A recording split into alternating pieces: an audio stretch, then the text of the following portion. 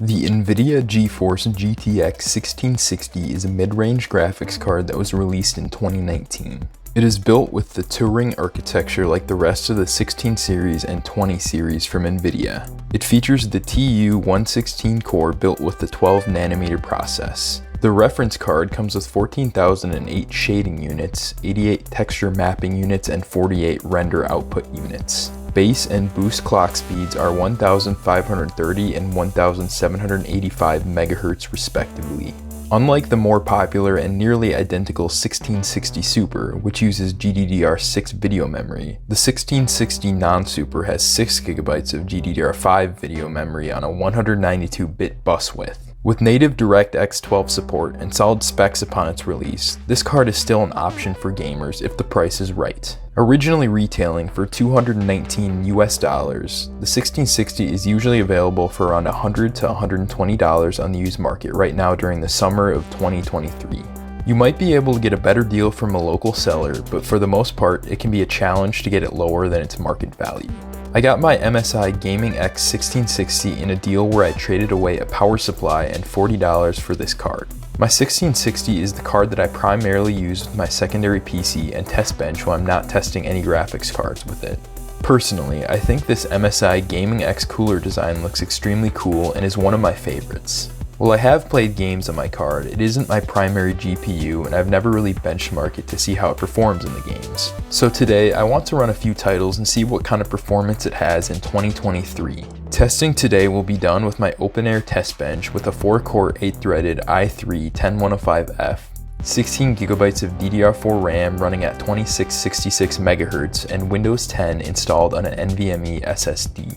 Starting off with the Unigine benchmarks at 1080p low presets like I normally test first. The 1660 got a 265 FPS average and a 1% low of 25 FPS in Unigine heaven. Superposition averaged 146 FPS and only dipped to a 1% low of 111 FPS. GTA 5 at 1080p with all settings maxed out and no anti-aliasing enabled resulted in about as good of a GTA 5 experience as you can have at full HD. After about 20 minutes of playing, the frame rate averaged just over 100 FPS with a 1% low of 75. The GPU utilization was generally around 70 to 80% during my testing at full HD. The i3 usage was also higher than I'd like it to be, meaning I may need a CPU upgrade if I continue to test more higher quality graphics cards like this one. This issue was worse with Fortnite as it is a very CPU intensive title. It was challenging finding settings that allowed for solid frame rates and minimal stuttering. I settled with 1080p mostly high settings, medium view distance, and FXAA. There were some areas of the map that allowed for pretty smooth frame rate over 100 FPS and very few or no noticeable dips. However, in more intensive areas, the CPU became a huge bottleneck at 100% usage, and 1% lows dropped in the single digits and were extremely apparent. There's no doubt that the 10105 held back my 1660 in Fortnite. There's probably a better way to optimize settings in my situation. If you have any ideas, definitely leave them in the comments. The next game, Rocket League, did not have any CPU problems. At 1080p max settings, the 1660 output a solid frame rate around 240 FPS and a solid 1% low. This was great performance for a fast-paced game and is better than most people would ever need or expect in Rocket League.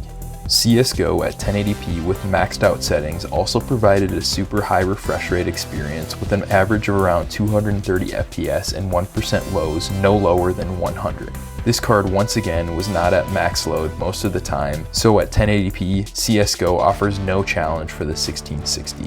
I tested Assassin's Creed Unity at 1080p using the very high preset. This ended up being an ideal way to play this game with the 1660 in my opinion. It achieved an average of around 85 FPS and never dipped below 16 FPS. Visuals were great and I don't think anyone could complain about playing Unity like this. AC Origins was tested using the built-in benchmark at 1080 with the very high preset. Once again, the 1660 wasn't able to stretch its legs much, with the CPU utilization getting into the 90s quite a bit. I do think that the i3 was just enough to run with the 1660 here, and performance was solid with the 67 FPS average and 45 FPS 1% low. Horizon Zero Dawn in 1080 at the high or favor quality preset with TAA enabled allowed for a smooth benchmark run resulting in an average of 73 FPS and a 52 FPS 1% low. This would definitely translate to a great in-game experience at 1080p.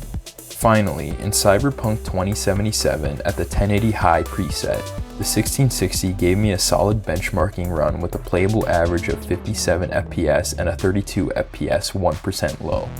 After testing, I am confident in saying that the GTX 1660 is still a solid performer for most gamers in 2023. While it won't match up against newer and faster GPUs, it can still play some of the most popular titles at higher graphics settings and achieve some pretty solid frame rates.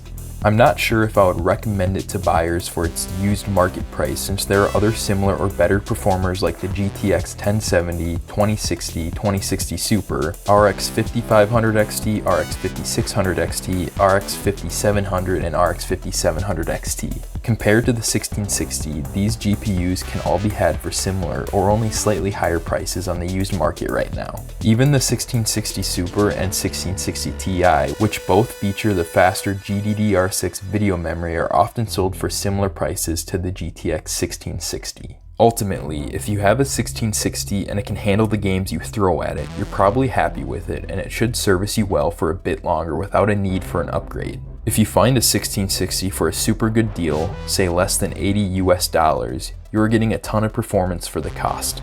For what it is, the 1660 is still a solid card in 2023 and will likely continue being a good budget option for a few more years. If you like videos reviewing budget PC hardware like this one, consider liking the video and subscribing to the channel, as I have more content to come. If you have any video recommendations or questions, please leave them in the comments, as I would love to hear them. Thank you.